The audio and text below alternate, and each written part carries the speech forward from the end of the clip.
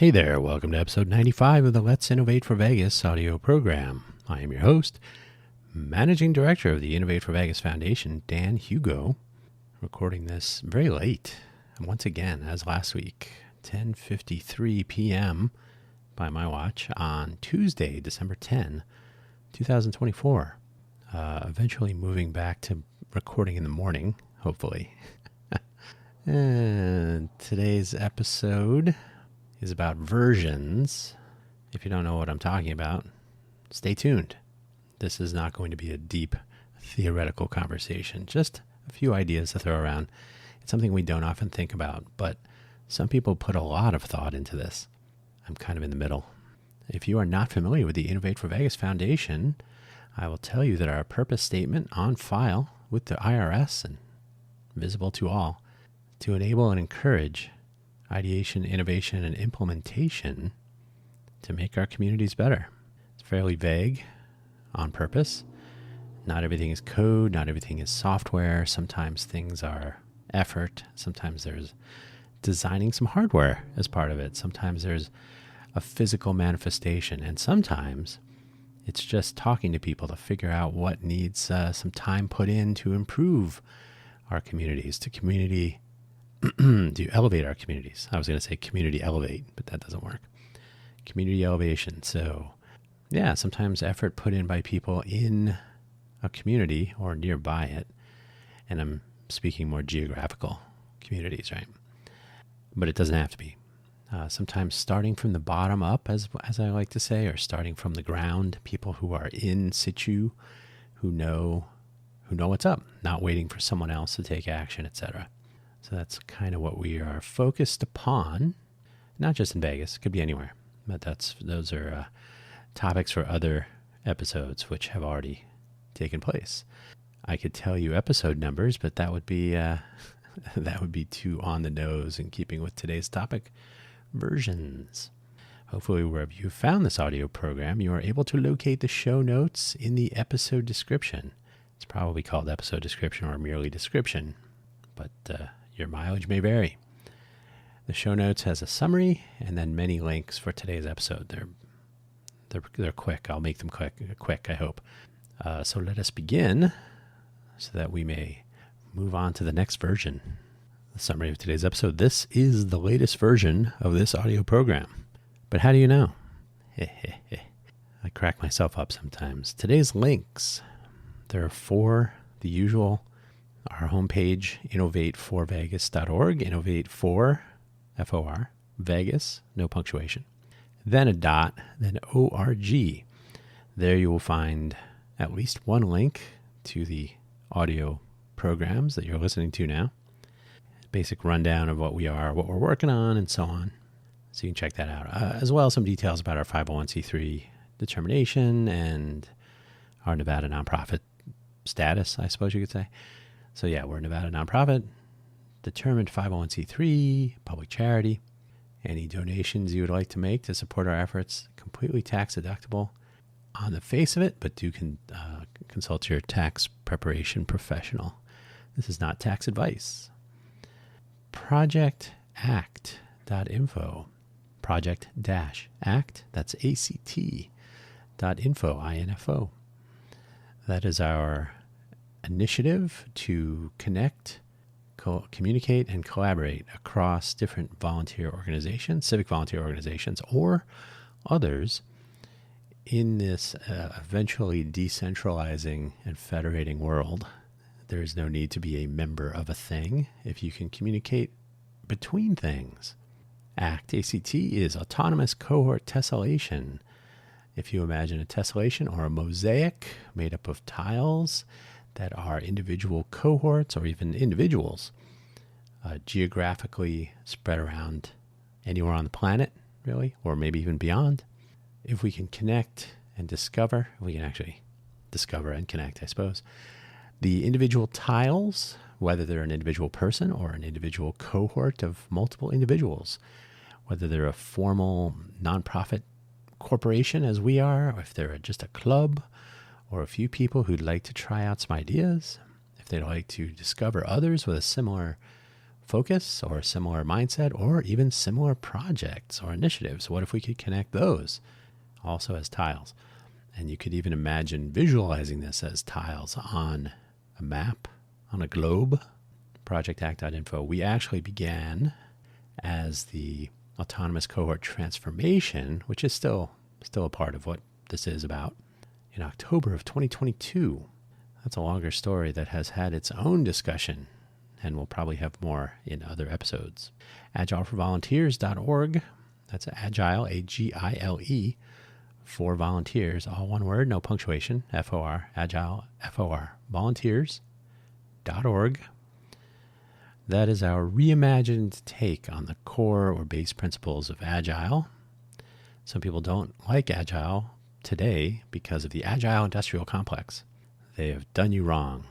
Agile itself is a fairly simple, it's a collection of ideas. It's not a collection of directives. It's nothing to feel you are forced to do. And though some people are told that in their workplace, we are not a workplace. We are a collection of volunteers contributing their time, effort, and expertise, and we'd like to make the most of that. Maybe you would like to do the same thing. So Agile for Volunteers is our open source initiative to enable and encourage connection, collaboration, communication, and collaboration amongst volunteers working on initiatives and component projects. Piece of cake. And it's always a work in progress and will benefit from more people trying it out, seeing how it works.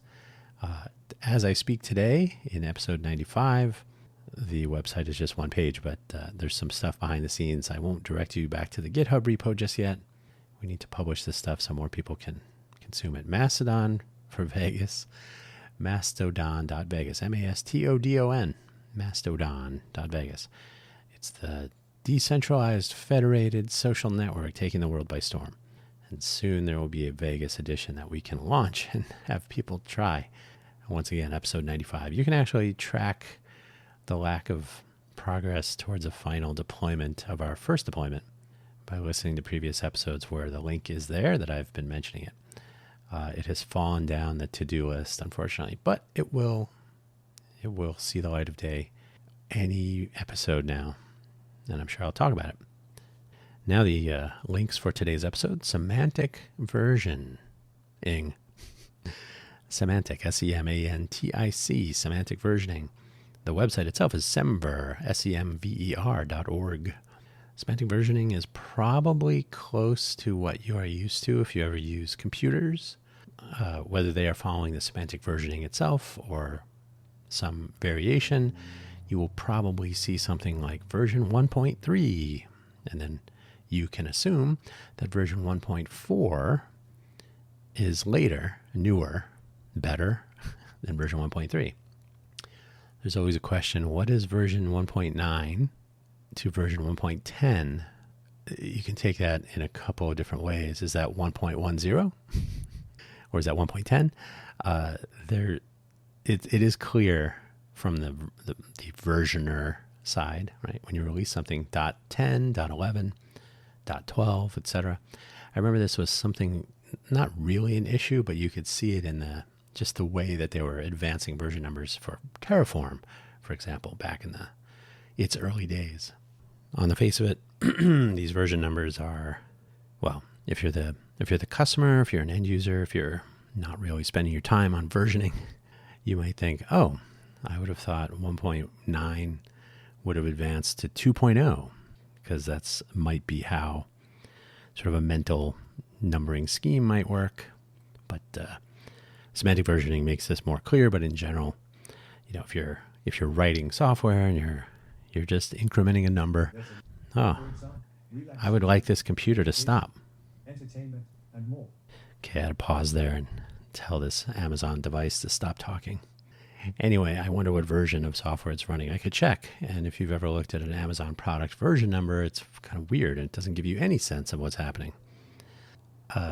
So yes, on the versioner side, the numbers are just incrementing. Semantic versioning spells out a scheme for this. It's useful to be familiar with, especially if you are creating software. Calendar versioning is a little bit less obvious sometimes, but a little bit more reasonable and even more obvious other times. If you use a consistent calendar scheme, which I used to use for podcast episodes when I first started podcasting many years ago, a particular episode would have a calendar version, which was essentially the day that the episode was published. So it would be episode 2001, for example, 2001. Maybe it was on December 10th, so it'd be 2001, 12, 10. So year, month, day. Today's episode would be, of this audio program, would be 2024, 12, 10, right? So year, month, day of publication, when it was published. That does not give you any sense of longevity. And most, if not all, podcasters, YouTubers, TikTokers, if they choose to version things, which is rare on the TikTok or the short scheme. In fact, I think YouTube doesn't even really display the date for a short, and I think that might be true for Instagram Reels. They don't really make it clear when, so that they can just reposition them for the most engagement and clicks and marketing, I guess. Calendar versioning does not give you any sense of how many.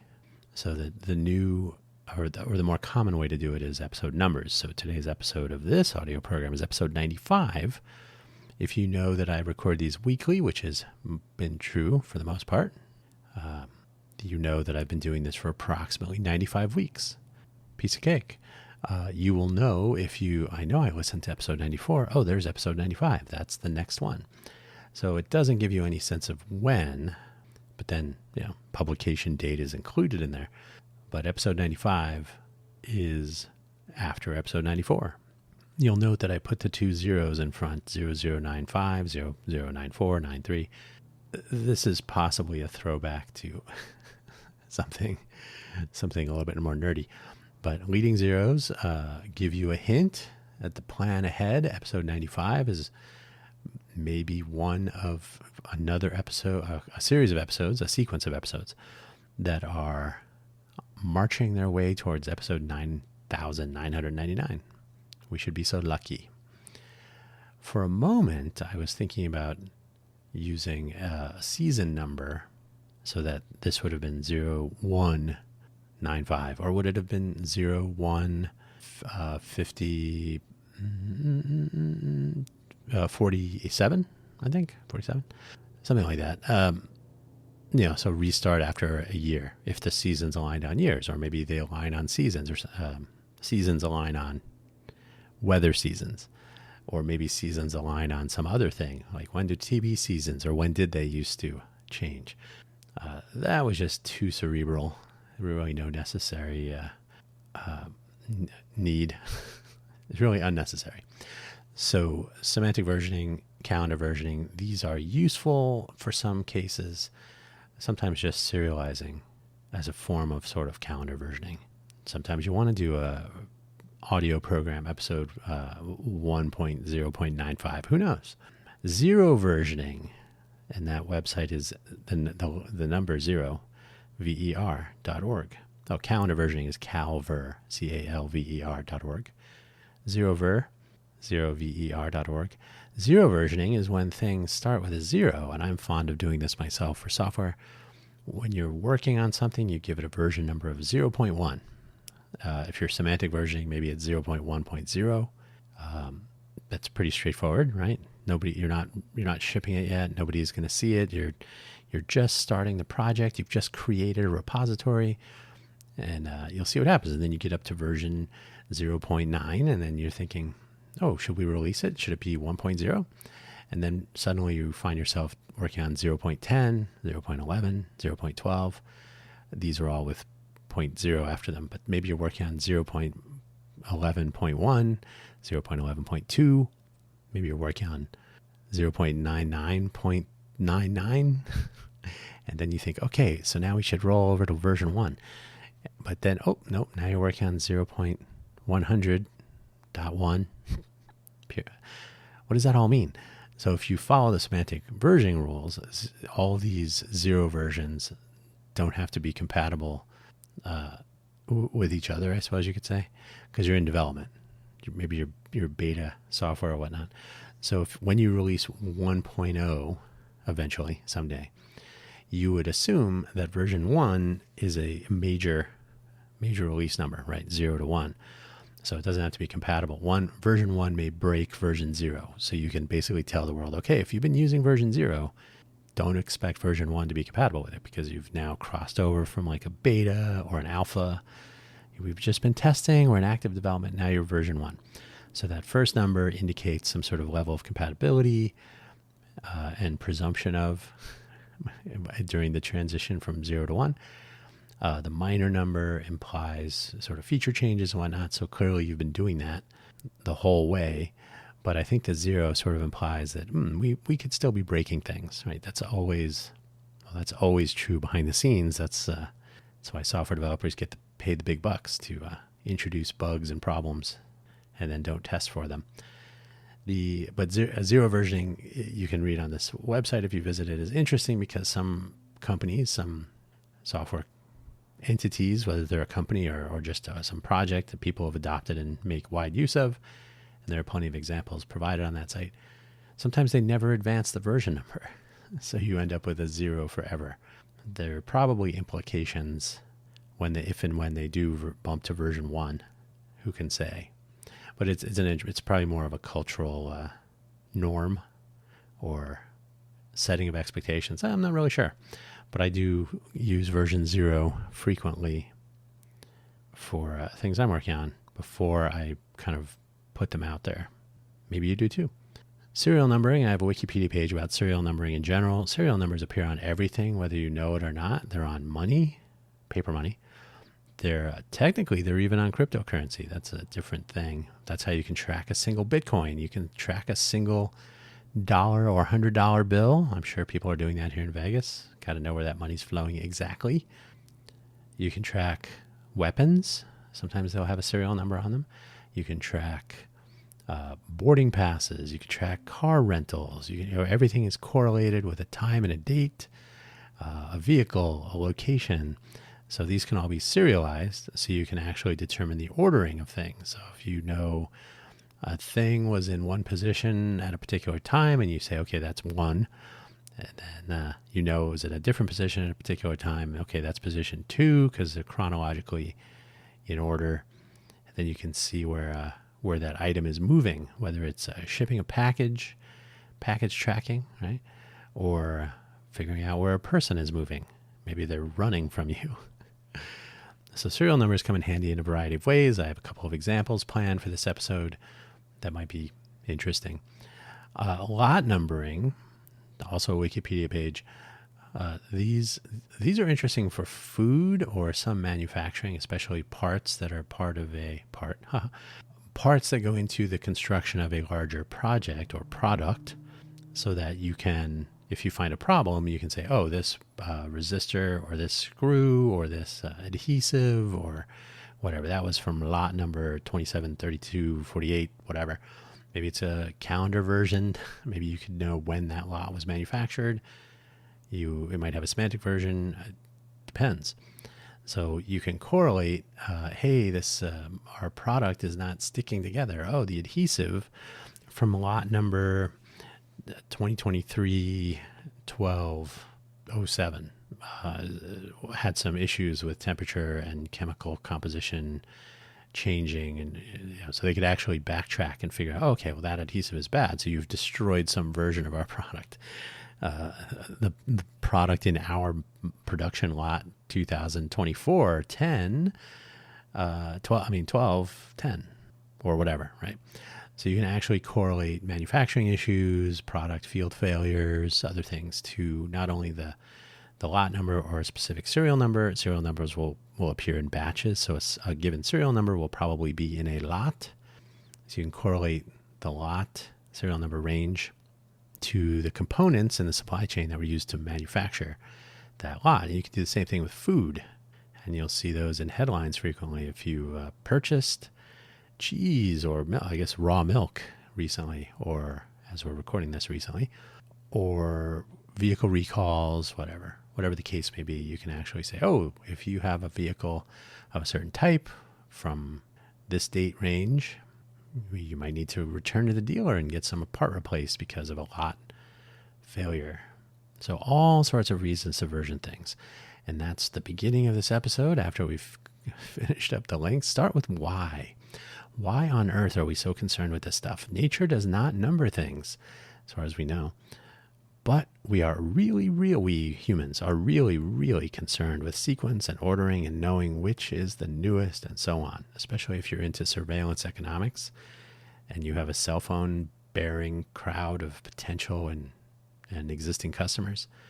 I would like to know when and where you are at all times, and if possible, what you're looking at, thinking about, reading, listening to. Actually, when you think about it, nature does have versions. Sort of. Think of tree rings. Tree rings indicate if the tree is growing at a fairly consistent rate. You can estimate the years. You can estimate the age of the tree. You can estimate what was happening. Oh, this ring is very thin. This year must have been drought conditions or some climate issue. This one is very thick. Oh, that means there no water issues. Climate was good for this particular tree. What if there are different trees that have different growth rates, different weather conditions impact them? Oh, now we can compare. What about geological layering? And honestly, geographical location of these geological layers. So you can look back through time by, in archaeological digs, they'll show, oh, this is the Paleolithic period. And then, so you can actually figure out when you locate certain items, you can figure out what layers they're in. You can determine the time. You can determine whether there was a particular collection of conditions. I believe this is how there was the initial theory that an asteroid or some other heavy object from space landed with some force on the surface of the Earth and raised a bunch of dust. It was eventually shown that there was a layer of this expected material, whatever the dust was. That escapes me. But the layer was actually showing up in a geographically consistent geological layering, so that you could show, across the entire globe at around the same time, there's this thin layer of deposits of this material that was probably a part of the, I guess, a meteor, probably not an asteroid. That would be that's a different movie. So a meteorite struck. And it actually struck basically in the Yucatan Peninsula area, so southern Mexico, Gulf, and kicked up a whole bunch of dust, and it landed around the planet. So a kind of a version of a serial number. This geological layer in these geographical regions all showed this evidence of an event. And then if you tie in genetics, you now have genetic relationships. You're able to show how many humans today have a certain amount of Cro-Magnon. People say Cro-Magnon, but I believe it's Magnon. Cro-Magnon, and Neanderthal, or maybe other evolutionary human developments that are apparent in genetic sequences. So you can actually correlate when fossil records are located. You could determine where humans were migrating, and you can determine genetic connectivity now down to, you might have 3% Neanderthal in you. So when you grunt your answer to someone, think about it. If we are able to connect, if we're able to connect various version markers, if you will, we can derive a clearer and clearer picture of what might be happening, a current state of affairs that may answer questions or provide some useful insights about the past and the present, and maybe be useful for plotting the future. You'll see this a lot in discussions about climate change if you look through the history of the Earth, right? The geological history, the geographical history, the impact on tree rings, the impact on migration patterns of different animals. They don't have to be human, although humans were migrating at some point when they landed on the scene.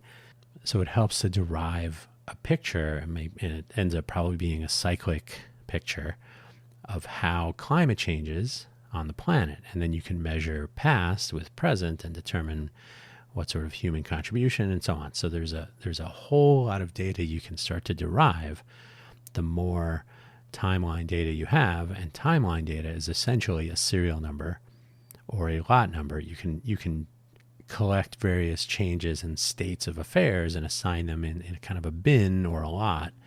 You say, okay, at this point, here were a collection of variables, and then they changed in the next lot, and then you can correlate those over time.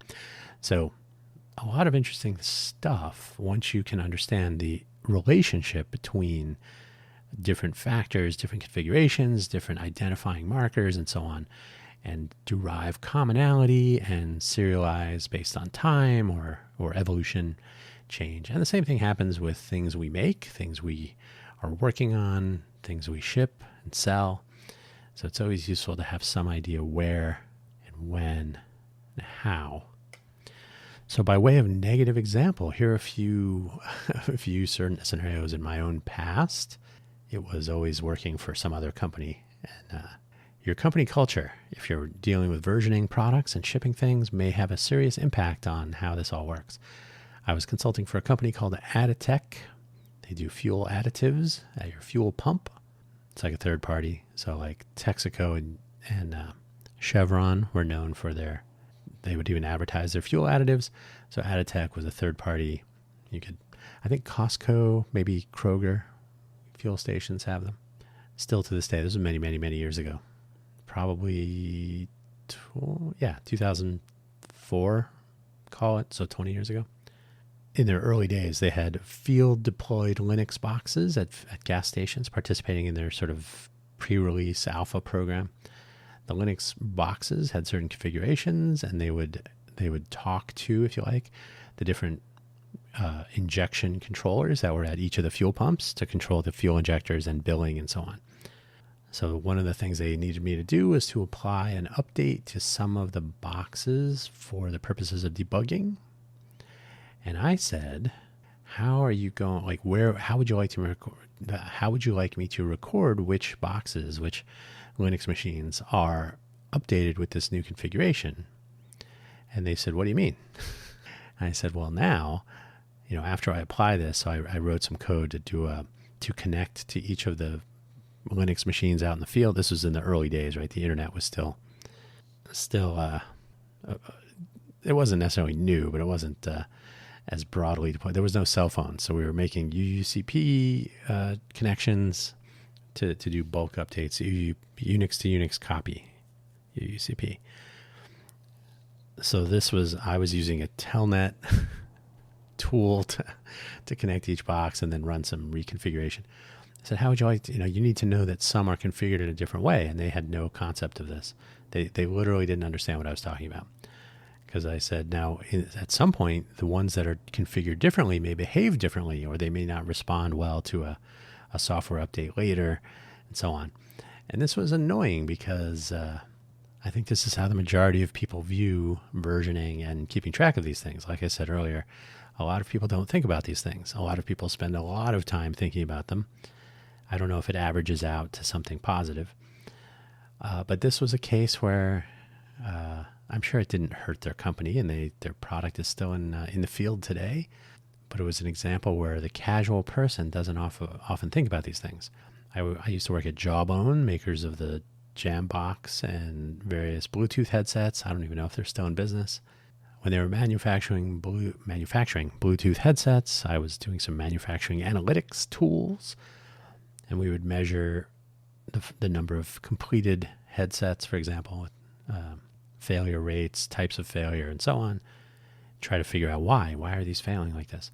We discovered we were tracking by Bluetooth ID, which is a serialized, basically like a MAC address. So each Bluetooth transceiver had its own specific number, and that was the device ID. So great. And we found, first of all, that they could be reprogramming them. Second of all, that they could be changing them in general, or they would rerun the same device several times. So we were trying to figure out what is our manufacturing line actually through? What are they doing? Why are they failing so often? And why are so many going missing and so on? So this was not the numbering was fine. The fact that the numbers could be changed on each device was problematic. So this was a consistent numbering scheme with an inconsistent use. If I told you you had dollar bill number, and then I gave you the serial number on your $1 bill, and then I told you that I have a dollar bill with the same serial number, one or both of those serial numbers may be a problem on those dollar bills. And one or both of us might be in trouble if someone were to actually, from the Secret Service showed up and said, hey, let me see your money. So this was just a general problem in oversight of the generation and use of serial numbers in the manufacturing process. Out in the field, I'm going to suggest that if they were reusing Bluetooth ID numbers, Bluetooth addresses, if you are in one hemisphere of the world and the real legitimate product with the same Bluetooth ID is in the other hemisphere, they probably won't conflict with each other. But interesting times. Intel hardware validation, appliance configuration. When I was working at Intel in the hardware validation lab in Chandler, Arizona, someone reconfigured our hardware validation test jig, if you like. There was a cart and a laptop. You could walk up to this special hardware with an emulator and a pod of ports and so on, and you could reconfigure it for a particular test, and you were supposed to put it back the way it was. But these were not versioned, so someone forgot to do that, and 3 days later, there was a general realization that all the testing from the past 3 days to validate this virtual emulated hardware design for a new ARM processor, back when Intel was doing that, were garbage because the machine was not configured as expected. So this is a real big company not understanding, the people that they employed, not understanding the critical nature of versioning of configurations and so on. And that's why Intel is as successful as they are today, perhaps. Some real world scenarios. Think about food supply, food origins. There are no components that go into a cucumber, but you have to wonder, there are actually. There aren't third-party configuration. No, there are those too. There's any number of fertilizers and pesticides and so on. It may be that the water supply at a particular farm or in a particular region that was growing the cucumber was contaminated. And so if you know the origin and the date of the crop, the lot, so this cucumber came from this field, this farm, so it's in this lot, and it's being sold by this company and so on, you can say, they were contaminated with E. coli or with a certain pesticide or who knows what. So you're able to do a food recall and hopefully avoid injuring people or worse with contamination or other food issues. Sometimes you'll find plastic, or occasionally it will be contamination, but it won't be something you immediately think of as contamination. For example, I believe there was recently a dessert product, maybe an ice cream or something, that was shipped with nuts, peanuts maybe. And if it wasn't marked as containing nuts, and if someone with a severe peanut allergy happened to have the ice cream thinking, doesn't say it has nuts in it, must be okay, you could actually injure someone. So even though that's probably a minority case, the responsible thing to do is to, I guess they recalled it. I don't know if they destroyed them, wasting the food, or if they were able to remark the packaging. Either way, knowing the origin and the chain of I was going to say the chain of evidence, which it kind of is, knowing that the ice cream, I think it was in this case, was manufactured during this date range, and it had this packaging from here. They were put on the shelves in these different states or different cities from these different stores. You can actually affect the communication needed to perform a recall of this product. Hey, if you bought this ice cream during this range of dates from these different locations in these states, be aware and bring it back to the store, however they handled it. And, we kind of were talking about software a lot in this audio program, even though Innovate for Vegas is not focused entirely on software. It could be any form of innovation, but software bugs from previous versions are sometimes fixed when you get the new or latest version, and you can know what changed with a current version by looking at the release notes or what's the other one? Version notes, I guess it's release notes, or there's a change log. That's what I was thinking of. if you want to delve into the source code and whatnot, you can look at the changelog, but the release notes will often say, hey, we fixed a bug with the packaging for the ice cream, right? I mean, you can apply it to other things other than software, to know what changed. And if you've ever done anything with the documentation crew at a company, they actually write these things down for real because they need to track their manufacturing process to do some of the things I've already described. And if you are on top of your job and you're doing what you're supposed to do, what other people are hoping you're doing, then you would be able to go through the Adatech example I gave and say, oh, we configured our servers in a different way on this at this point in time because Dan Hugo brought this up. But I don't think they did. The Jawbone situation would have been part of the documentation process of how the headset numbering is assigned and so on. I know for a fact that it wasn't really in there. The Intel stuff would have been a manufacturing issue also during the test phase, quality control sort of during their iteration of product development. So it's not really technically manufacturing, but it's sort of part of the process of the chain of events when you're making something. So keeping track of this stuff is important. So let's talk about connections after I get some sip of water. Hardware and software, that is physical versions of something and a more quickly changing virtual version. So hardware can't really change it. You bought the car. The software, you can change it all. You can change it every day. And with the advent of over-the-air updates in a car, your car could be getting a software update right now. I have no idea if they tell you they're doing it. It'd be cool if they did. It will often need to function together.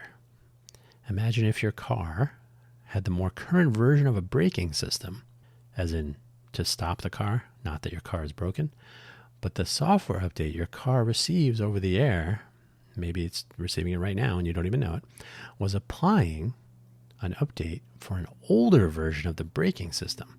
Are you confident? Now, it may have applied it to all cars, but it says, hey, you have the newer braking system, so we'll use the older code for the newer system. You won't ever really know that. But does your brake system still function? And how confident are you that it does?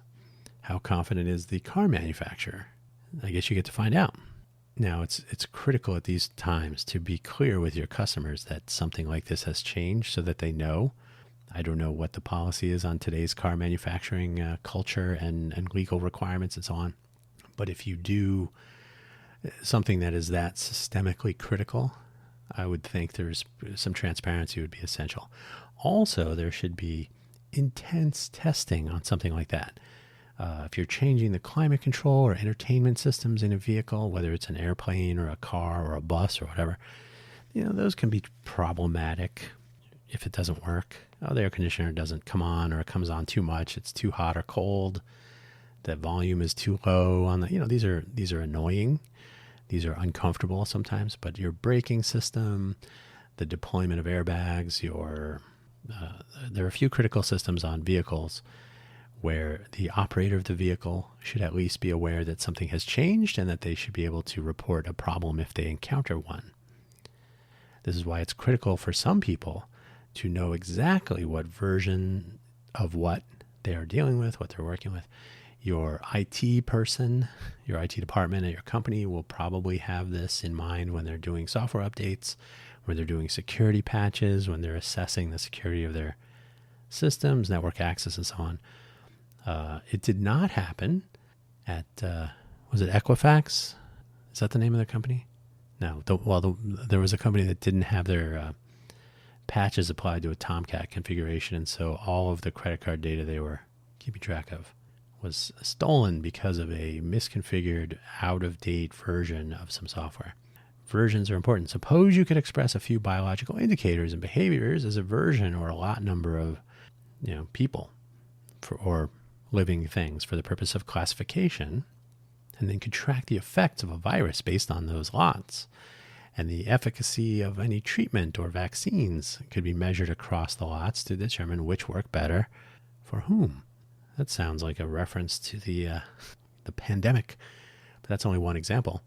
So if you can figure out which factors, biological or behavioral or both, or any others, environmental, you can say, okay, so people of this blood type, of this diet, people who eat more fish, hey, they tend to have more mercury, which is not a good thing, which is having an impact on the way a particular vaccine works or does not work and so on.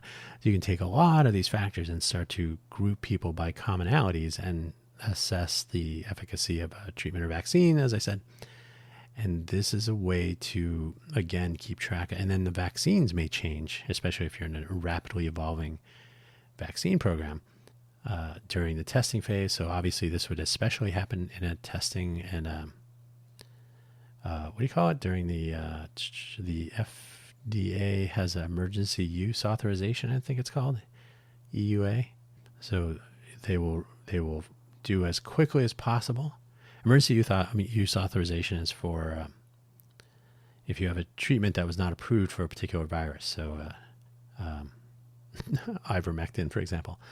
Remdesivir is a general antiviral that turned out to be useful as a treatment against SARS-CoV-2 virus and the resulting COVID-19 collection of symptoms, the syndrome. So by keeping track of these things, versioning in a sort of a two-dimensional or even three-dimensional way, you can actually start to correlate which are more effective for which circumstances. This is something similar to what you would do with a software bug. Hey, you have version 3 of the software on an Intel machine. It doesn't work, but it works on the AMD Ryzen version of the same, of a similar machine, same version. Well, what if you change the version? What changed with the behavior? Oh, version 3.1 fixes that problem, but now it introduced a regression into the AMD machine, so it runs slower like it did in version 2.8. Okay, so version 3.2 will fix all this and make both work as they're expected to. Great. So if you can correlate changing versions of one thing against the different configurations of another, and again, you're just binning or putting into lots. Oh, any machine that is built on with an Intel microprocessor on these types of motherboards and so on, versus an AMD part of different types. So you can get into the details and you can do something similar with living beings and so on. This is for the purposes of analyzing correlations. So it's quite useful, actually. And if you want to try to solve a crime, you can just look at the headlines from any day. Today, I believe it was today or yesterday, they caught I think it was yesterday, they actually arrested him or detained him. The shooter in the health insurance CEO murder that took place in New York. They located Luigi, I can't remember his last name. He'll be infamous. I think they've started using his middle name also. I think it's Luigi Nicholas. I could check, but I'll leave that to the reader. So the timeline and the physical items that are critically important to locating this person, you can start to, when they take photos of a crime scene, they put numbers by each bullet casing that they find. They take pictures, so they're collecting a set of initial conditions as they found them. Then they can work backwards to determine how a person or people arrived at this circumstance and which weapons were pointed in which directions and where bullets were flying and what injuries and what wounds were caused by particular actions and so on. So they can start to correlate elements from the crime scene against possible actions that were taken. And the crime scene doesn't have to be a murder. It could be a theft. It could be a vandalism, etc. So then they start looking at, okay, we have cameras. We have an individual in a picture. Can we figure out some, height, weight, some identifying properties? Then you start to look at security camera. Now in the modern era, the cameras are pointed at everything. Did anyone take a picture of this person by accident, accidentally or on purpose, perhaps? Did I say on or by accident? I don't know. So you can start to correlate your evidence.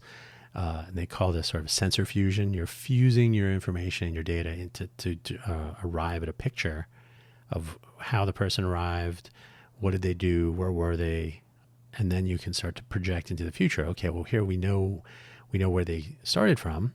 You can start looking at, did they return to where they started from? So you can actually build up a potential collection of plausible futures based on the evidence that you have and the timeline that you work back from. So if you consider all of these things as a serialized chain, you essentially have serial numbers that are assignable to different events, different pieces of information, different pieces of evidence. And then as you put them in order and determine how they're connected, just like those vaccines in people, just like computer software and computer hardware configurations, you can start to figure out, okay, well, this is plausible. This is plausible. You build up a timeline and a network of connections if there are other people involved, and then start plotting a future. And there are many books on this. It's fascinating. And that is how you catch your perpetrator. And then they become infamous, and they have 3 names. And so that's where I'm going to leave today's episode. I just wanted to plant some seeds about the importance of versioning, the different use cases. Some people don't do it well or do it correctly. They misuse the information. They could solve problems if they knew what they had, but they don't. So it's important to know. And it's something that we take seriously with our projects and our initiatives and so on. And someday we'll talk about how GitHub hashes work. But for now, just wanted to leave that with you on this late December 10th evening. And hopefully I'll be able to post this by the time before midnight. So I've technically published on the same Tuesday each week. So that's where we're going to leave it. Thank you so much for your attention. And we'll catch you next week. Thank you for your support as always. Cheers.